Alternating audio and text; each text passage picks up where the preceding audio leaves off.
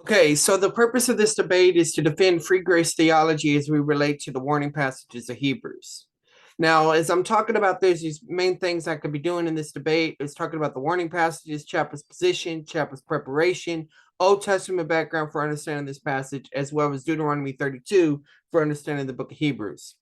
Now, going into the Hebrew warning passages, my general impression of whether it's warning about drifting away, not hardening your heart, pressing on to maturity, or maintaining fellowship with others, as well as listening to Jesus, all of this relates to divine discipline, whether that's temporal judgment or loss of reward.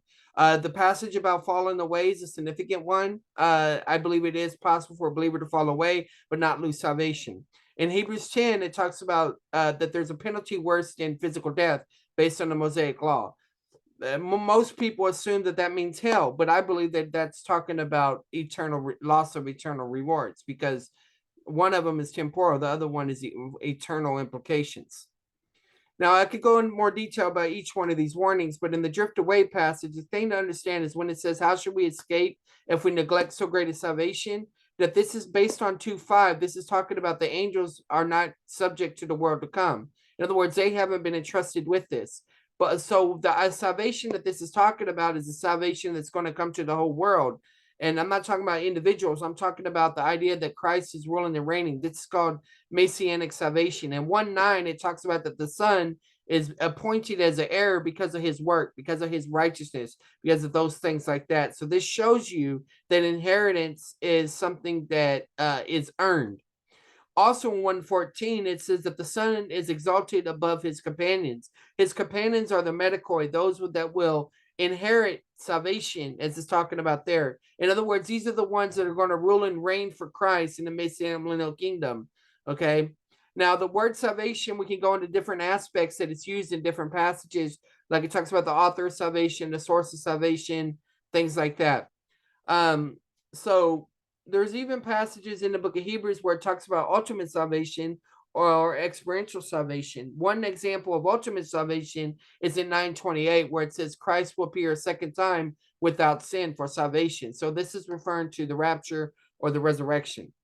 Also in Hebrews 11, it talks about Noah's Ark and about the temporal salvation that came from the temporal judgment, that they physically survived the flood. Now, concerning the passage about don't harden your hearts, in 3:1, it says that Jesus Christ is our high priest and that believers are partakers or sharers of this. Now, this is not talking about partakers in the sense of us being in Christ metaphorically, like Paul talks about. No, this is the idea that we have a high priestly ministry, both experientially as representatives and intercessors for God now, and ultimately in the Messianic millennial kingdom. And so that's related to that. So if you want to think of it like this, Jesus Christ is the high priest, and we're the replacement for the Levitical priesthood, because Israel's been temporarily set aside. So the thing to understand about this is the house that he's the over is not talking about creation. It's not talking about the church. It's talking about this idea of the priesthood imagery. Okay. Now, whenever we're going to these passages, it's going to be talking about the rest, and people want to conflate the rest with heaven. Well, whenever you're evaluating rest, this is something I did years ago, is use a chart like this. Okay, there's times where it talks about creation rest. There's times it refers to the Exodus generation. There's times that it refers to the conquest generation. There's times it refers to the Christian experience. And there's times it refers to the Messianic millennial kingdom rest and even the eternal state. So you got to ask which one is in view in that passage. Here's an example of somebody that classified those, Rodney Decker, I believe it was. Now, this is important for understanding this debate, especially in Hebrews chapter 4, is that many people, when they see the word faith or gospel, they automatically assume it's positional, how you get saved. But I believe that in Hebrews 4:2, the faith and the unbelief, they're all experiential. Furthermore, I believe that when underneath the category of unbelief includes the idea of apostasy. See, some people don't realize that whenever we're talking about people going back into Judaism, that's actually Satanism. Because whether you're falling into paganism or you're going into legalism, if it's not God's will, it's Satanism. There's no in betweens for that. Also, it's idolatry. 1 John 5 talks about the true God in context and then keeping yourself from idols. So if you have a false doctrine, a false hermeneutic, anything like that, It's idolatry. So this is the big picture of what sin and unbelief is. Now, Chapa gives his position and everything, but I'm going to focus on what I'm going to do. I believe that the book of Hebrews is written only to believers, so therefore the warnings apply to believers. That the falling away can happen, but it does not involve salvation. That that we're not just talking about the idea of disobedience, but even idolatry is in disobedience, and apostasy, syncretism, and all of those ideas are all possibilities. So this demonstrates a total unbelief of the gospel because they're returning to Judaism. If they return to Judaism, they're crucifying Christ again. They're denying the substitutionary death. They're denying the resurrection. They're denying all of that. So I don't have to prove an extreme view of apostasy in this debate, even though Chapa thinks that.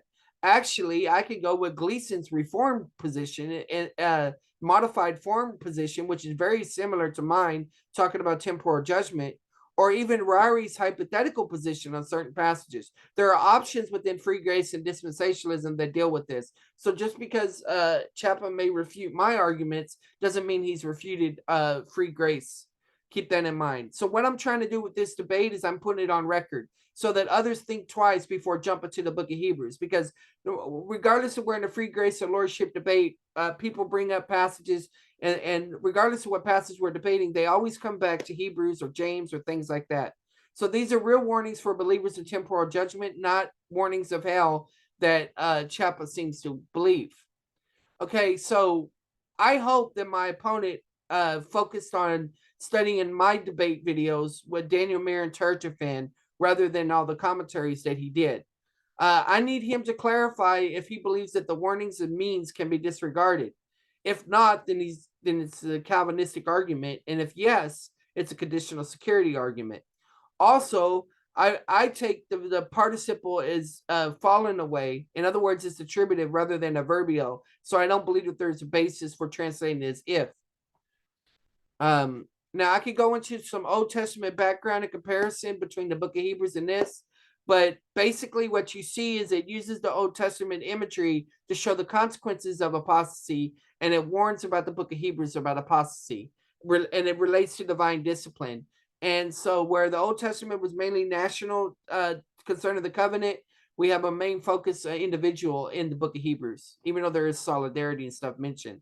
So you have the situation where you have a loss of rewards, but no physical death occurs, or you have a situation where death occurs so that you lose opportunity to earn future rewards.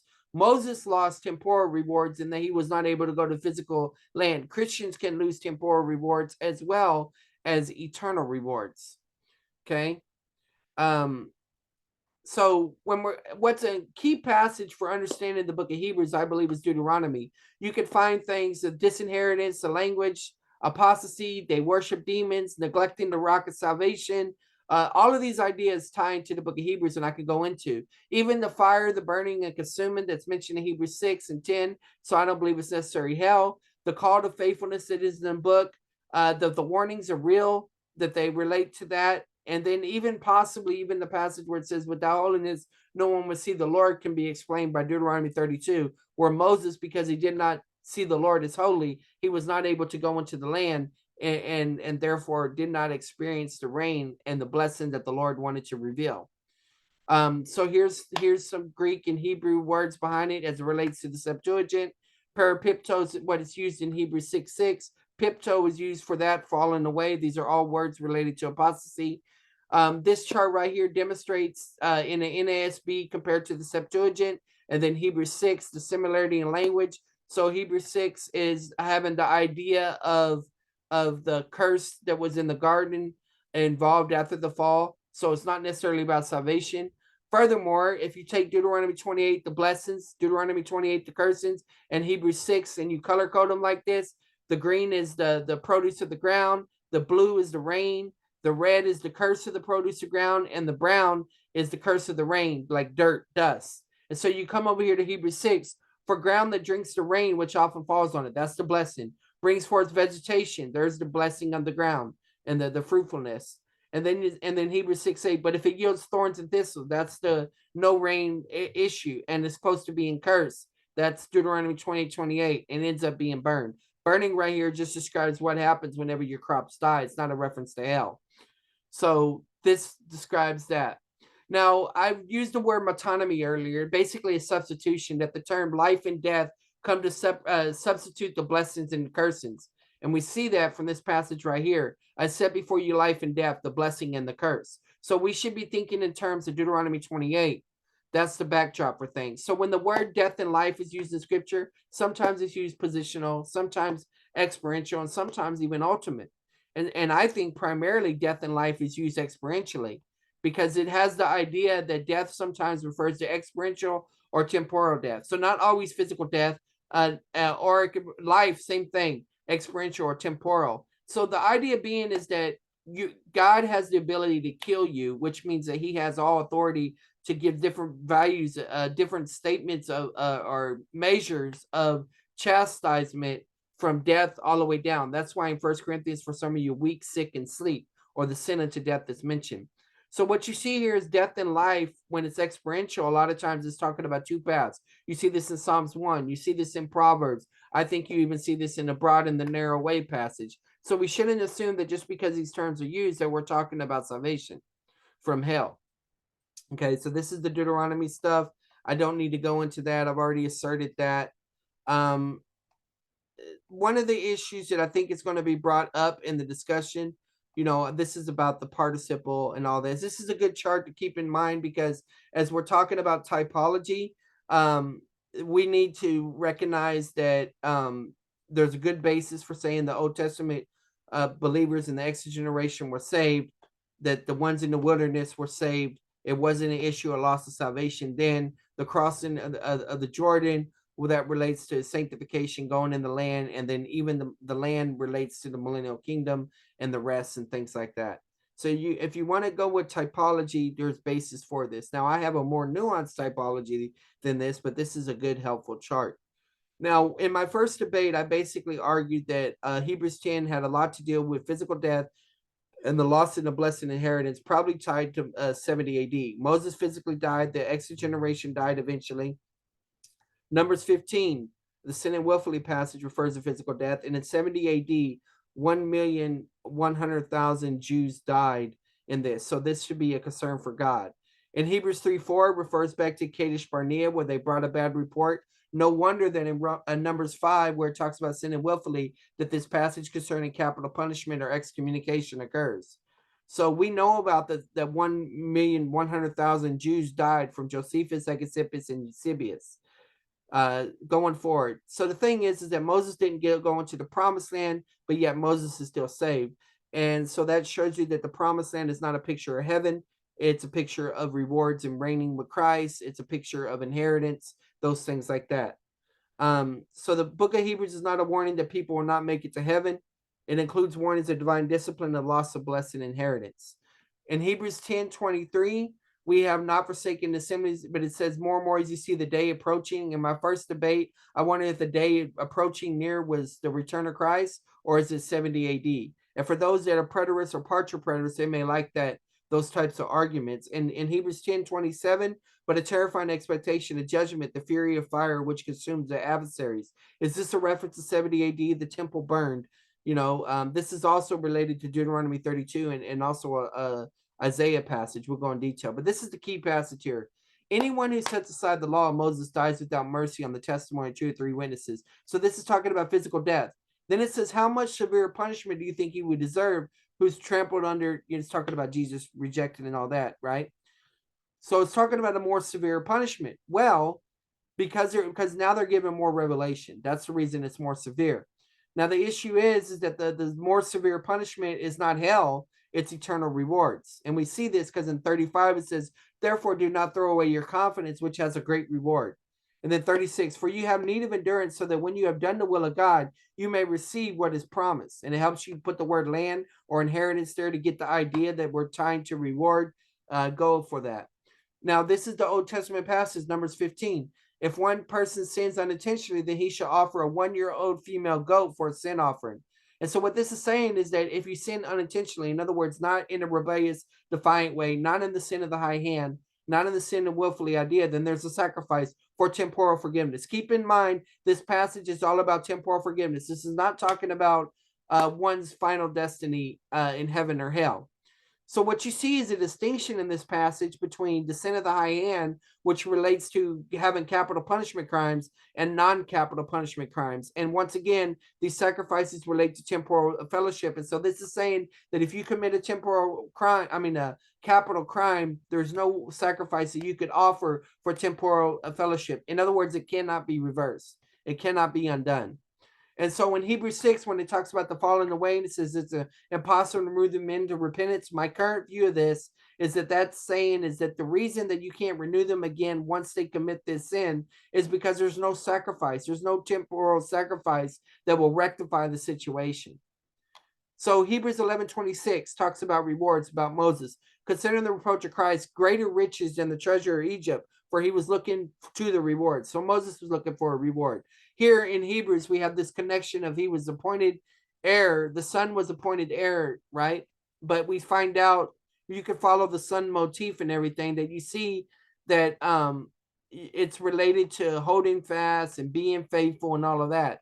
So the son inherited something by his faithfulness. In the same way, the believer inherits ruling and reigning with Christ in the millennial kingdom, even though all believers will be there based on their faithfulness and perseverance.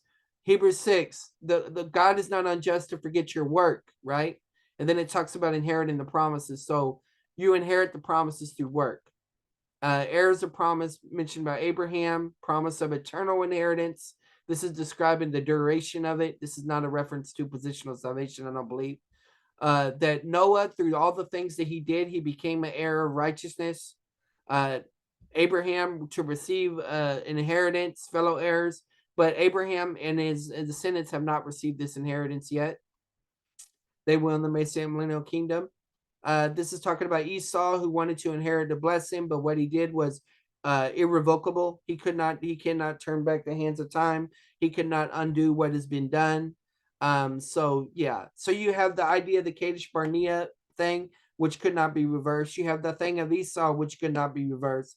And then you have Hebrews 6 basically saying that what you've done when you've committed this sin cannot be reversed. It's not talking about heaven or hell. It's just saying that there's no way to reverse it. There's no way to rectify the situation. And that has implications, different ones about it. So there's a couple other things we could talk about. This is a lot of the resources that relate to the kingdom and stuff. One good thing about it is that we know from these other historical resources that the Israelites, they left and went to Pella and left Israel. And so some of these Jewish Christians and everything may have been spared because of the warning of the book of Hebrews. That's one option. And these are passages that describe the safe status for the Old Testament saint. Here's a passage from Isaiah 26:11. O Lord, your hand is lifted up, yet they do not see it. They see your zeal for the people and put to shame. Indeed, fire will devour your enemies. This is the passage quoted in Hebrews 10. And this is talking about physical fire, chastisement, temporal judgment. It's not talking about hell. This is talking about the 2 or 3 witnesses being put to death. Hebrews 10 talks about once for all sanctification. This is my nuanced view of salvation in the Old Testament. This is stuff from Deuteronomy 32 was warning about apostatizing, just as Hebrews is warning about apostatizing. This is about the sanctification stuff. Here's passages, Leviticus 10, profane fire went out for the Lord and devoured them. So that's physical death. Here's another one, consumed the 250 men.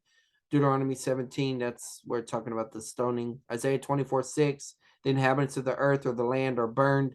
This is physical death. Waiting for him, rejoicing in salvation. This is messianic salvation. And then there's a couple other slides and stuff that we really don't need. Studying the word salvation in the Greek and everything, if we need that. I got observation sheets for going through that. And let's see what else. And then I got my notes from Final Destiny. This is the most recent one that's not hyperlinked. If somebody tries to bring up the perfect arguments, we can go into that, but that's a perfect storm. Here's basically these scholars saying advanced Greek that there's going to have to be others to decide about this issue of perfect. This book, Greek Verb Revisited, helps with all that. Robert Quellen, Steve Runge. Here's a chart that I created based on something Quellen said about this. You can go right here to find Steve Runge's lecture about the Greek perfect. You can go here, Mark Arbery's discussion of the perfect tense and other things like this. These are other people that are helpful. So what I'm trying to say is there's a whole lot here to cover, and I got to see how much my timing is. So let me stop sharing and let me end this video.